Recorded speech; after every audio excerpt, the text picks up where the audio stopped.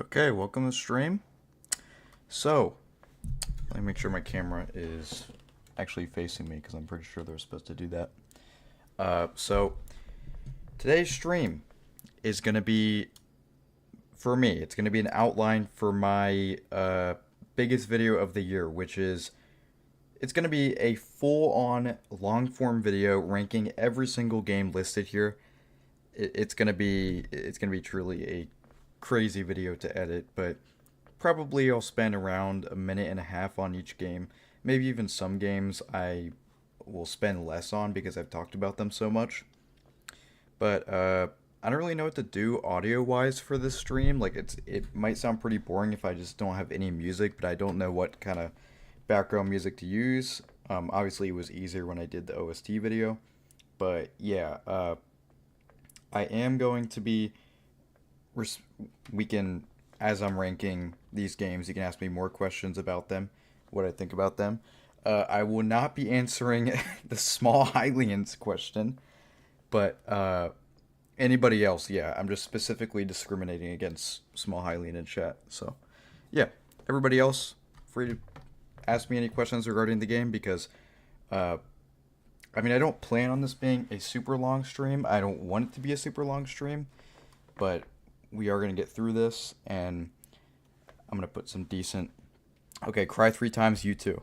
I honestly should have just like said that in advance. I should have expected that. But yeah, this is basically like in almost perfect order. I accidentally put Sea of Stars ahead of like it was supposed to be like after DKC2, but it doesn't matter. We're gonna get started. So whether you're watching on stream or afterwards on the VOD, it's gonna be up. It's still gonna be relevant. So let's get right into it. I'm not gonna play music, I guess. So Super Mario World. I would say probably 9 out of 10. If you saw my video games that are absolutely, not absolutely, basically perfect video, you'll know that like my big issue with this game is the like environments just get kind of boring over time. Like it's either you're in a green area or like a dark blue cave area, like the entire game. I guess there is the lava castles, but you get my point. Like that was my main thing about the game that I didn't like was like it just like even though the art style was good, the graphics were fun to look at, it was just, everything looks so samey. And like that's an issue people have with the newer 2D Mario games, like the new Super Mario Bros. Series, but it's never applied the same way to this game, which I kind of get because this is only one game. In that series, there was like four games with basically the same art style. I know it was different graphics, but same art direction. So I kind of get that, but yeah, I can't put Mario World in 10 out of 10. But yeah, it's still an amazing game. So yeah. Moving on to Pizza Tower. So I talked about this game in my video 2 days ago. I think I might put it in the same camp, to be honest. Yeah, the only issue I had with Pizza Tower was like I felt like some levels, like late game levels, like outside of the final few, like the game kind of dragged a bit. But like it's Pizza Tower. Love the art style, love the music. Like those are obviously like the two standouts of this game. Also, like just the different types of moves you can do in this game are just really fun. It's definitely one of the more unique platformers I've done. So moving on to Dave the Diver. By the way, you're gonna see me give a lot of games 9 out of 10s, and that is no exception for Dave the Diver. It was one of the more interesting games I played. It was, I guess you'd classify it as a roguelike, but roguelikes are generally difficult. This game was not difficult, but it kind of reminded me of the kind of like a mobile game because like half the game you're underwater getting like catching fish and stuff. And the reason you do this is because you work at this I think it's a sushi restaurant. So you're doing this, you also get to participate in the sushi restaurant. Like you get to like serve meals and stuff. There's different mini games like that. The pacing isn't too great. The game like it gets repetitive, and like that's the only real issue with it. But yeah, I see Dave at the store and always wonder it looks weird yet everything, so it must be popular. Yeah, me and my friend were making fun of like how like weird this game was. Like it's just called Dave the Diver. Like okay, it's like that's and the guy is like huge too. So it's like not the usual video game character you see, but you know, it is a really unique game and it's a game worth playing. That friend and I, uh, like, we've both played through this game now. So, yeah. Small Hylian. Nobody needs. Alright. Can I, like. Yeah, you're getting timed out. You're getting timed out, buddy. You think you can come in here and try to be annoying? Small Hylian. Anyway. So, Prince of Persia: The Lost Crown. Ban his goofy ass. For real. This game is, like, I want to put it in 10 out of 10, but probably just here. It's one of the best Metroidvanias I've played. In terms of issues, I mean, granted, I played, and then Small just goes to his. All right, I know that's your account, buddy. I know that's your account. Well, I didn't believe you were 13, since your voice is so deep, but now I think I do believe that you're 13. But anyway, uh, yeah, Prince of Persia: The Lost Crown. I can't even think of issues, but I did play through this game earlier in the year, so like that's the thing. But yeah, like it's one of the better Metroidvanias. Obviously, I don't think it's better than Hollow Knight or anything. It does have better combat mechanics than Hollow Knight though. That like it has like better parry moves. It has similar like balancing with its charms and stuff. So yeah, it's an insanely underrated game like in terms of like what people think about it because I guess people got turned off by the art style and they just didn't even buy it. So like it flopped massively. It sold like less than 300,000 copies, so that was unfortunate. It really is a game that deserved much better. So yeah, I think it's probably like a top 3 Metroidvania. Moving on to Rayman Legends. Okay, this is going to be the first game of this video where I wasn't the biggest fan of it. So, I mean, I'll put this in 8, but I actually more so mean 8.5 out of 10 because on an objective level, I still think it's really, really great. Uh, it's just like so many people were praising this. Oh, it's the best 2D platformer ever.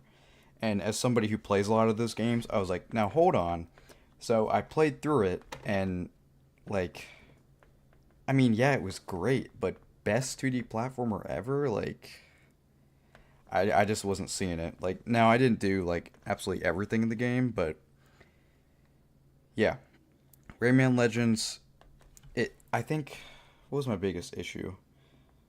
I just didn't like the momentum physics to be honest with you. Maybe that's a skill issue, but did play through the entire game. I think it might be slightly overrated, but still, it does have the inherent quality that everyone says it does. Moving on to Castlevania Symphony of the Night. Now, I actually think this game is slightly overrated, but I still think it's a 9 out of 10. So many people claim this game is a perfect masterpiece. It is a masterpiece, but I guess my definition of a masterpiece is like around the 9 out of 10 area. So, yeah, I just think like the exploration is amazing. The music's pretty good. You know, it's one of the more like important Metroidvanias aside from Super Metroid. So, yeah, I think the biggest issue with this game is the balancing. The balancing the age really shows with the balancing. There are so many weapons that are unusable in this game. And then you have weapons like the Crusaegrim, which is literally like probably the most broken weapon in the history of gaming. And I'm not kidding. Like I am not being hyperbolic. That thing is literally like an automatic win button. So for that, I just can't put this game in 10. Did Rayman Legend have those rabbit things? I think you're thinking of rabbits. I don't think they were in there. I think that was before they're like. I think that might have been like a few years before rabbits got popular. So.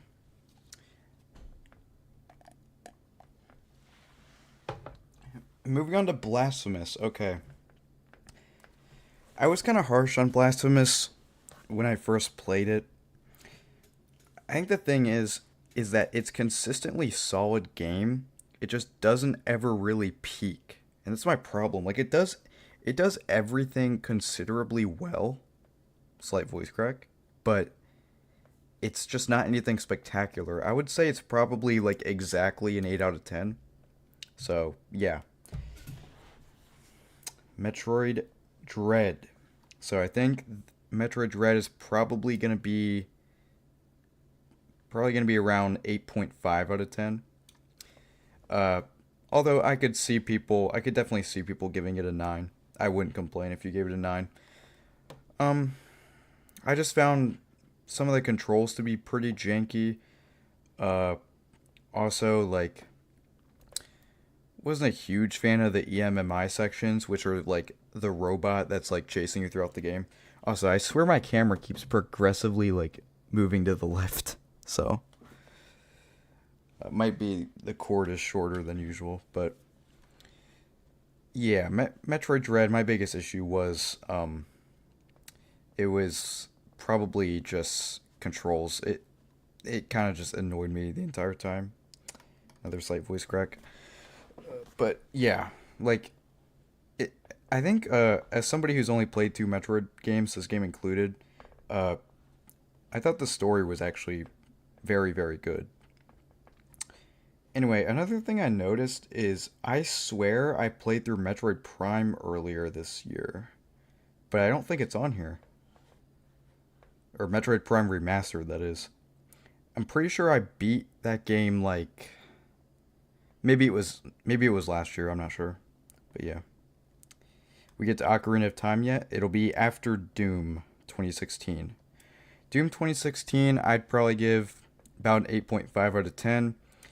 Um Now look, this isn't this game's fault, but I think that like it's just not as memorable after playing Eternal, which we'll get to.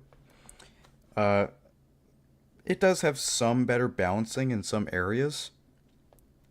Uh I don't think the music is as good, which might be a hot take, but you know, Doom Eternal overall made a lot of great changes, and I think this game just is a bit more repetitive, which don't get me wrong is like this horrible thing. Like, oh no, a Doom game is repetitive. Yeah, like no shit, that's the point of the game. But like just in a sense that a lot of the areas just weren't as distinct, weren't as memorable. But there's definitely people who will prefer it over Eternal. I am not one of those people, but I still think they're decently close. Like you'll see, I'm not as high on Doom Eternal as you might think I am. So, Ocarina of Time. Do I even have to say anything? I mean, like I guess I should say stuff, but I don't even know where to start. It's The Legend of Zelda Ocarina of Time. I played through the original version this year. Like I'm talking like 20 FPS, 240p or whatever it was on N64. And it was the best gaming experience I've had this year on like a 1992 TV. So whether that says something about Ocarina itself or that says something about modern gaming, I'm not too sure. Maybe a bit of both. But yeah, it is an absolute masterpiece. Amazing dungeons, amazing music, even an amazing story too. And Ocarina of Time 3D also goes in this category because objectively you could argue it's the better version.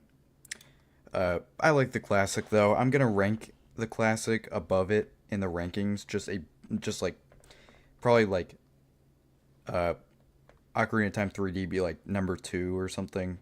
So although I'm not sure if I'll rank Ocarina at number one. I probably will though. Probably like a 90% chance I do. So, all right, The Messenger. I'm gonna put this game in 9 out of 10 because I think a big issue some people were pointing out was that one of the things that happens in this game is after it switches to Metroidvania, you kind of have to like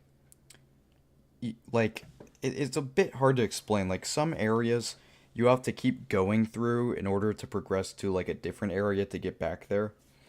So I guess you could call that backtracking. So it does have some downtime in that. But other than that, like I love the game. I was trying to think what other criticisms I have, but I'd say that this is a good place for it.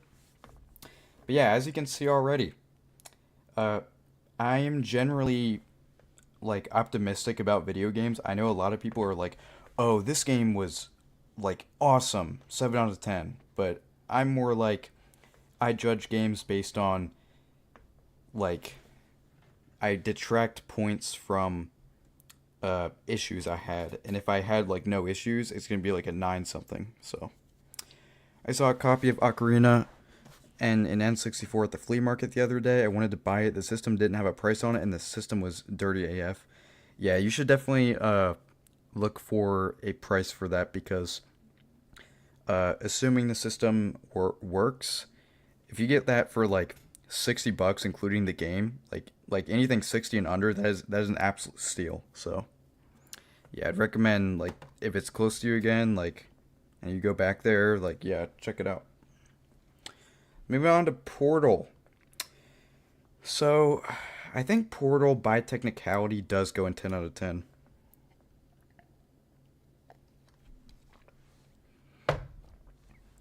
I mean, like, what issues could you even like say about this game? He had 25 on Zelda. That is a steal, assuming the game works. Like, yeah, that game's worth like $60, maybe 50. But yeah, that is an absolute steal for Ocarina. Okay, Doom Eternal. I'm gonna give this game.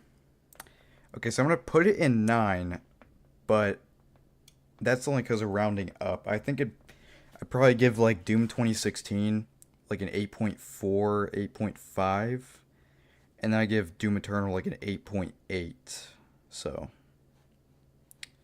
yeah. So what about Doom Eternal? So like, I know a lot of people criticize the dashing mechanics, and yes, my camera is indeed moving to the left. I don't know why it's doing that, but yeah, people criticize like the dashing in Doom Eternal, how like it kind of removes strategy of where you are on the map. But I just think it's more fast paced, and I like it that way. Like if you're still looking for difficulty in Doom Eternal, like look at all the difficulty modes, dude. Like come on.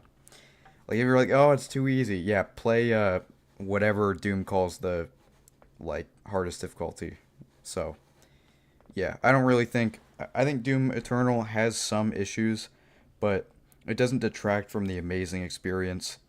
Uh, yeah, I think the best part of this game is the atmosphere and music, but I say that about a lot of games, so yeah. Let's go to Pokemon FireRed. Probably an 8 out of 10. It's not that memorable. Not, not much bad about it. My biggest issue is that a lot of the trainers you'll fight in this game, they'll have stuff like a level like 20 Bulbasaur and stuff like that. Like they'll have Pokemon that should have evolved already, but literally like don't evolve. So it literally just makes your opponents easier. It's so stupid. Like I can't think of a single scenario aside from like maybe if it's a Pokemon breeder and they just have every evolution form on their team. But I can't think of any other scenario where any trainer should ever have like a level 30 pre-evolution. It's so stupid. But yeah, it's really my only big issue with it. But Pokemon Black 2 is really, really good. The only issue I have with this game is that they give you way too many legendaries. Which, I mean, the legendaries you don't really have to use on your team. Like, I don't know what the trio is called, but Verizon, or not Verizon, Verizian, uh, and Cobolian and Terrakian are the three you get before, like, you get those like I don't know, 60% through the game. And I just don't like when Pokemon games give you too many legendaries. But they're not that great stat wise, so I mean they have high attack, but yeah. That's my big issue with that game, but still, 9 out of 10. It's one of the best Pokemon games. Animal Well. Okay. I'd probably give it in like maybe a high 8. Really unique art style. Spoiler, it's going to be in my art style video that I have coming out in like a week. But yeah, Animal Well is also a very unique game. Uh, I think it was like backed by Video Game Donkey. He's not the creator, but I think like his team published it. Uh, I'm not a viewer of his, but I did watch his video on it, and I did purchase the game. I thought it was great, but uh, the gameplay style is not like the most expansive. It was really fun. I'd probably give it like 8.5. So it can be a bit of a shallow experience to some, but I thought it was pretty immersive. So Super Mario 64, I think I'll probably have to give this 10 out of 10. I really can't think of a single issue with this game. It's Mario 64. Uh, the controls haven't aged that well in my opinion, but some people disagree with me. But yeah, I'll make sure to glaze the game once the video comes out. Like it's not my favorite Mario game, but on an objective level, it's definitely 10 out of 10. So it's crazy that Animal Well was made by only one guy. Yeah, that's true. Billy Basso, I think, was the creator. And I love indie games that are made by one person. How could Wyvern be the Nintendo fanboy and never have beaten Mario 64 till now? Exactly, because I'm not a Nintendo fanboy. Exactly. You proved my point. Okay. So now we have Dead Cells, and we're making pretty good time. I did not want this to be a super long stream. We're only about like 20 something, 26 minutes in. So Dead Cells, I'd probably give, honestly, maybe like a high 9 out of 10. Something like that. Uh, Once again, this, like, a really annoying thing about roguelikes to me is they always come with so many DLCs. But this game, like, I played the DLCs, they were really awesome. The combat itself, probably my favorite combat in gaming history. It's just no contact damage, everything is skill. I mean, I guess, like, enemy drops are not skill, but still, for somebody who doesn't like roguelikes, I thought it was really great. So, Super Castlevania IV. Yeah, I'd probably give this 9 out of 10 as well. It's not perfect. There are some frame rate issues in some areas. Uh, it's really even not that difficult. Uh, I think this game has been criticized before because, like, you can just whip enemies that are, like, separated between you. Like, they'll be, you can hit them through, like, a wall or a ceiling, basically. But I think that that's just like, hey, pay attention to your surroundings, and the game gets easier. So I love this game. Uh, like you can beat it within like 3 hours, which maybe is something that people don't like. It was good, but IMO wasn't that much fun. See, that's the thing. My favorite thing about this game is that the controls are so much better than any other like linear Castlevania game because you can actually like whip in like 8 directions as opposed to like one or two. So I just think even though some Castlevania fans are like divided on this game because it's not that difficult, like I thought like everything between like the graphics, music, atmosphere, I just thought it was so great. It was so fun. And it was probably the best looking game I've ever played on a CRT television. Like it looks so great on a CRT. Like it's night and day. So maybe that's biased because I did experience the game differently. I am running out of breath trying to get the stream to not be so long. So bear with me. I've been playing Dead Cells for years, 10 out of 10 game. Love that you can play the game as easy or as hard as you desired, and even the easy mode is difficult. There is my dog. I don't know if my dad's home or what, but yeah, Dead Cells, I only played the base mode, but I've heard from everybody else who plays the other modes that they're awesome as well. So, Paper Mario the Thousand Year Door. Probably 9 out of 10. I mean, I know not everybody likes the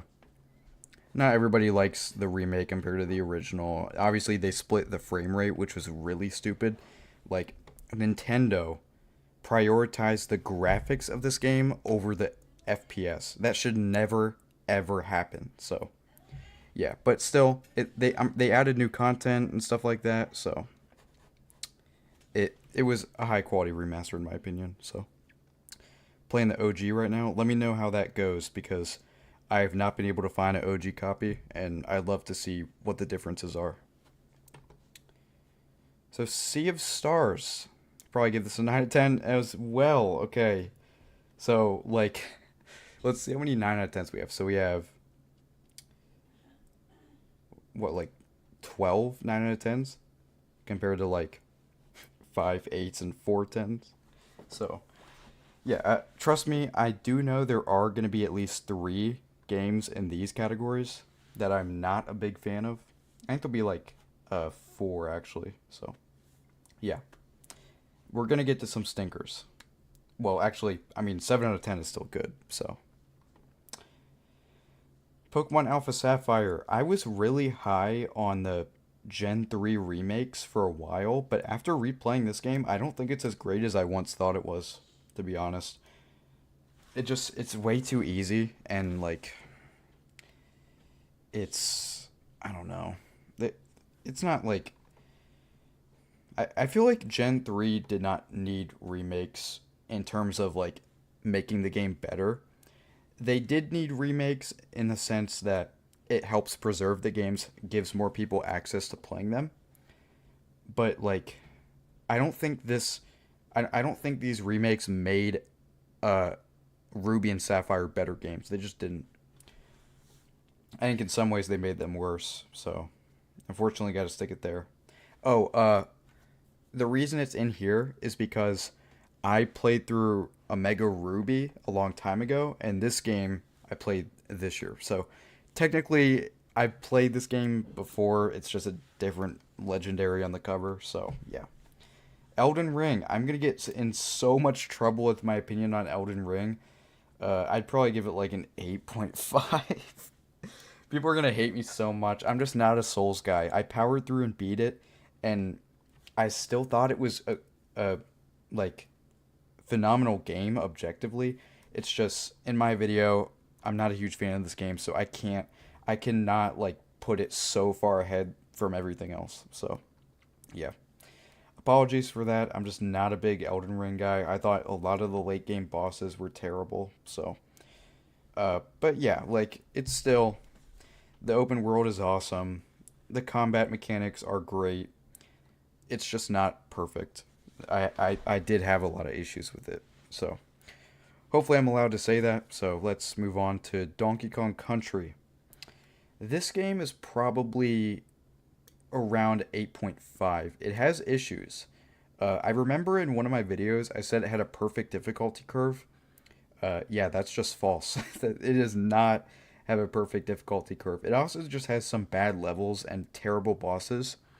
But aside from that, it is an amazing platformer. So I think that balances out something around 8.5 out of 10. It does have issues, so you don't need to apologize for your opinion. Yeah, but in this case, I'm making best games I've beaten from that, and a lot of people are gonna be like, I think that Elden Ring's like number one. So I want to explain why. For my list, it might be objectively better than like an 8.5, but I just don't enjoy talking about it that much. I'm not really gonna glaze it in that video, so yeah, just some clarification on that. Ender Lilies. I think this game is probably around an 8.5 out of 10. Actually, maybe higher. I'm kind of conflicted. Maybe like around Doom Eternal's level, maybe. So we'll put it there. The only thing about this game is that, like, I mean, I have no issues aside from, like, some cryptid mechanics. The only thing is, like, there's, like, 3 or 4 endings in this game, and I just, like, did not care to do the final one. So, like, I did really enjoy this game. The bosses are really good, and the music is really good, too. But it's not, like, it's objectively a game that I like, but probably still wouldn't break like my top 50 list. It just wasn't that memorable to me, and maybe that's my fault because I played too many Metroidvanias this year. But yeah, probably put it around there. Okay. Hopefully you guys can hear me out on this. I think this game is pretty mediocre. Lego Star Wars: The Skywalker Saga, I had a lot of hope for, and it just kind of had horrible pacing, terrible puzzles, and lackluster missions. So like, other than that, it's a decent game. The combat's okay. Uh, the cutscenes were really entertaining to watch, but again, I don't play Lego games for cutscenes, so yeah, this is one of the more, probably the most disappointing game I played this year. So 6 out of 10. It's probably gonna be last on my list. So probably dead last, or actually, spoiler alert, somewhere in here there's also another 6 out of 10. So okay, Donkey Kong Country 2 Diddy Kong's Quest. This is 10 out of 10. This is one of the best 2D platformers of all time. And yeah, literally breathtaking music, amazing level design. It's also incredibly difficult game, which I really enjoyed as a 2D platformer expert, I would say. Self-proclaimed, of course. So, is Lego Star Wars worth the $20? Here's the thing, like, I mean, a lot of people like uh you said the game wrong? Oh, did I say Diddy Kong's Quest? Yeah, that's a bit of a Mandela effect for me. That's it's actually called Diddy's Conquest. Um but yeah, like I always read it as Diddy Kong's Quest, which you can clearly see there's the apostrophe like at Diddy, not Kong. So yeah.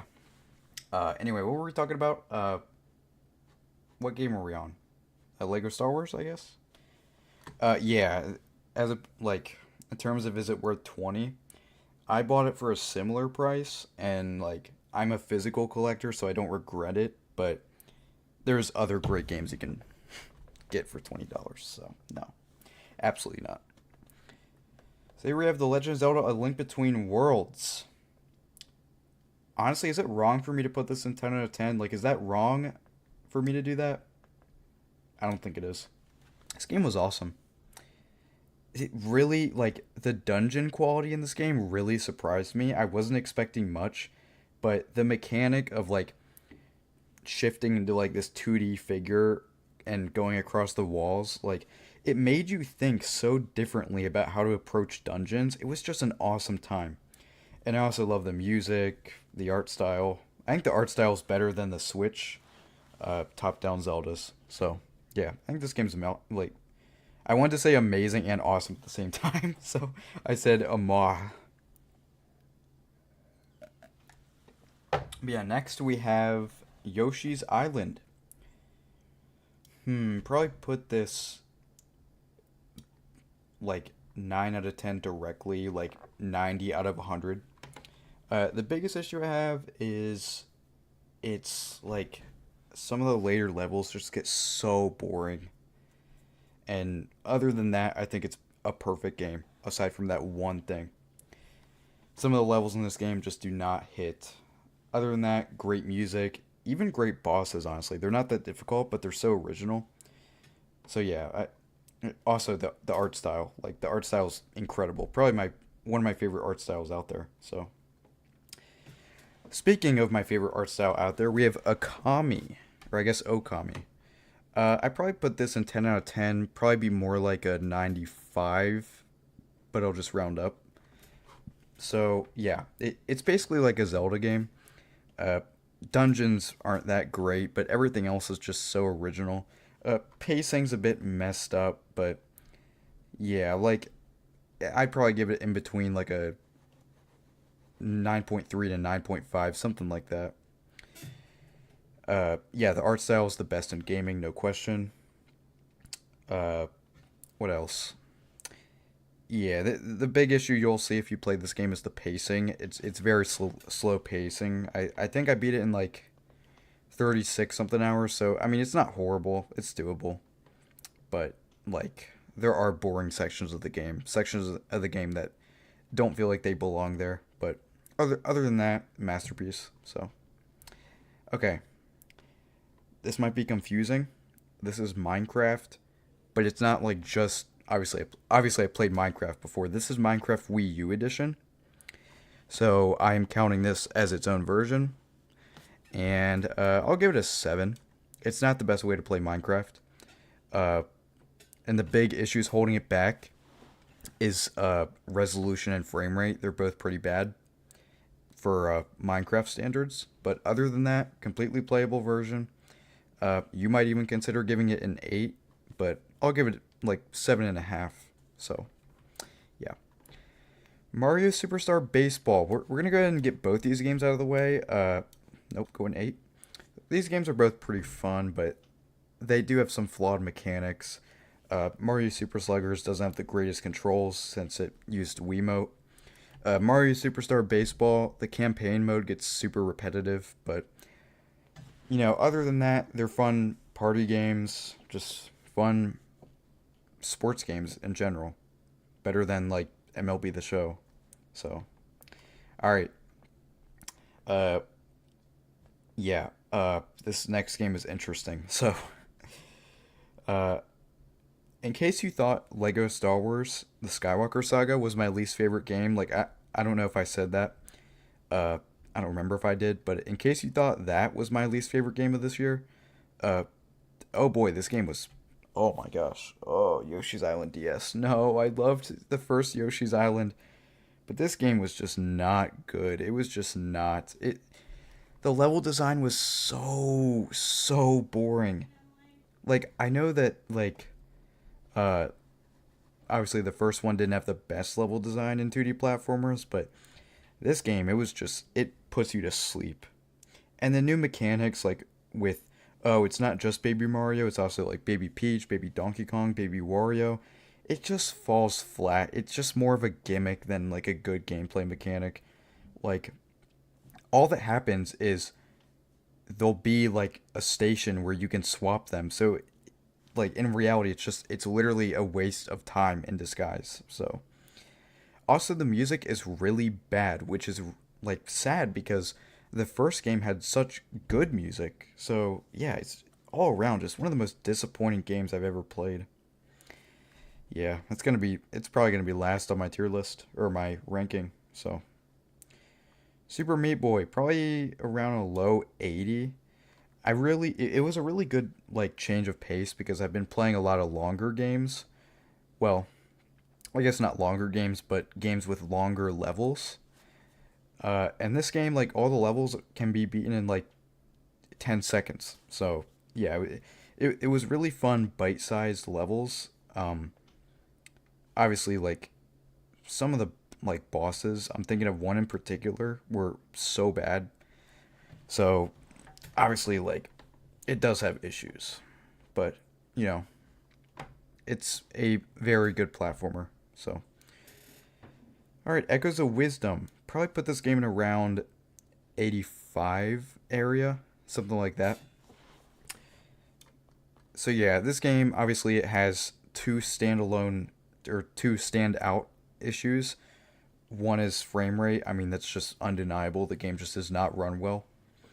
And second is the UI mechanics, which were really bad. Like there's that I mean, Tears of the Kingdom players know this as well. This was a flaw in that game too, where it was just they had this box that would appear on the screen, and you had to. It's only like one box at a time, so like you couldn't even see like they couldn't even do like a 3 by 3 scale or anything. That way you didn't have to scroll so much.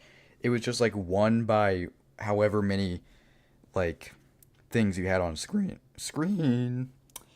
But yeah, aside from that terrible voice crack, it was another like flawed Zelda game that has so many other positives that it's still great. One of the more unique Zelda games too, so I really enjoyed it. But next we have Chrono Trigger, which I think is going to be number two spot. Well, I guess number three spot since we have two versions of Ocarina. So can I please move this ahead? Okay. So yeah, Chrono Trigger is probably going to be either three or two. I might put it ahead of one of the Ocarinas, but yeah, that's gonna be definitely top three on the list. It is the best JRPG I've played. Granted, I've only played a few, but just 10 out of 10 music, 10 out of 10 combat system, 10 out of 10 story, narrative. It's just so legendary. And the sad thing is, like, most of my generation doesn't even know about it. So, yeah.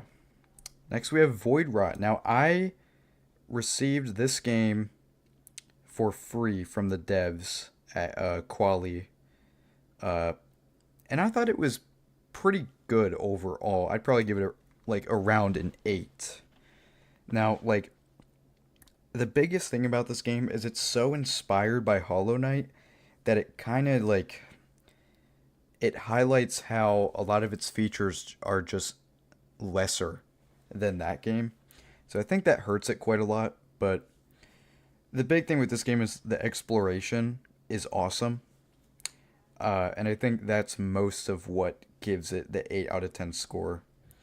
Um, but yeah, it'll be somewhere around that, probably right on the money with a 80 out of 100, something like that, because even though it wasn't the greatest video game experience I've ever had, it was still like very enjoyable exploration. That was by far my favorite thing about it. So next we have Haunted Castle Revisited. Now, in some aspects, I was kind of disappointed by this game, but I still think it's very good. Uh, it's literally it's less than an hour long because it's a remake of an arcade game, but it had amazing visuals and amazing music was the two best parts of it. It had good bosses too, but uh, the thing is, I was kind of hoping that the controls and like physics would be a bit better, but since it's an old arcade game, they still went with the kind of like stiff controls, and I just think that's kind of missed potential there.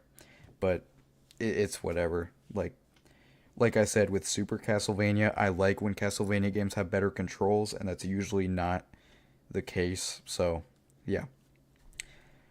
Just Shapes and Beats. I'll probably give this around an 8.5 out of 10 because with this game, I beat a lot of the levels on my first try, and then some of them I died like 10 times in a row. So it definitely has difficulty spikes. That's the biggest issue, but I'd still probably give it around an 8.5, maybe even a 9 out of 10, something like that. This is a game I probably have to think about more before I make the list, so I'll definitely do that. And next we have Yoshi's Woolly World. Okay, so this game I think I would put in, yeah, around 8 out of 10. It once again has one of my favorite art styles. It's just same problem with Yoshi's Island is that the level design just isn't that great. None of the enemies are threatening at all. Uh, yeah, like I think I'd probably be a bit more favorable towards it. So maybe like 8.5 range or something like that. I know that's a hot take.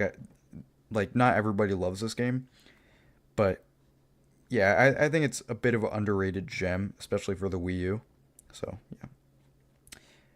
Bloodstained Ritual of the Night. I beat this game yesterday. It's like I think I'd probably give it a in general like a 78 out of 80 cuz I think it's pretty close, but not quite an 8 out of 10 experience.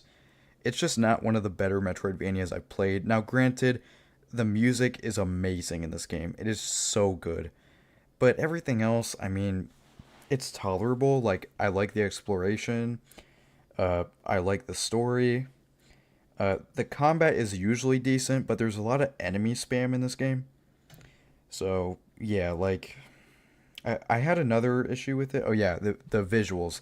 If you watch footage of this game, the visuals are just so bad, like, in my opinion. Like, they did not, like, for example, Prince of Persia, that game had, like, decently, executed 2.5D graphics, which is basically like a 2D game that has the graphics of a 3D game. So I thought that was done pretty well. But with this game, it just looked choppy and weird and like just just stupid. The graphics just look stupid in this game. I get that's kind of subjective, but it's my video. I'm gonna be taking points off for that. So, and finally, we have Mario Kart Wii. Now, this was a childhood game of mine, but I'm not sure if I ever beat it until last week. So, in terms of Mario Kart games, my definition of beating them is like seeing the credits roll on like 150. So, that's what I do to beat them. 150cc. So, I'd give this game, honestly, probably around here. Like, just 90 out of 100, probably. Uh, Honestly, I was in the camp of it didn't age that well, like the mechanics, because I just thought Mario Kart Wii was better in every way, and honestly, it probably still is. But this is still one of the best Mario Kart games. Like after I learned some of the mechanics that professionals use, or like expert players, whatever you want to call it, like like doing wheelies on the bike, stuff like that, like not using carts because carts are bad in this game. Elden Ring at 9 out of 10 is wild. That's the thing. Is Elden Ring is supposedly so incredible that putting it at 9 out of 10 is an insult. Bro, get out of here. But yeah, if you want to see my reasoning, like go to where I talked about that. Spoiler alert, I will not be giving it I won't even be giving it top 10 in my uh ranking video when that comes out. Probably not. Anyway. But yeah, Mario Kart Wii. Uh,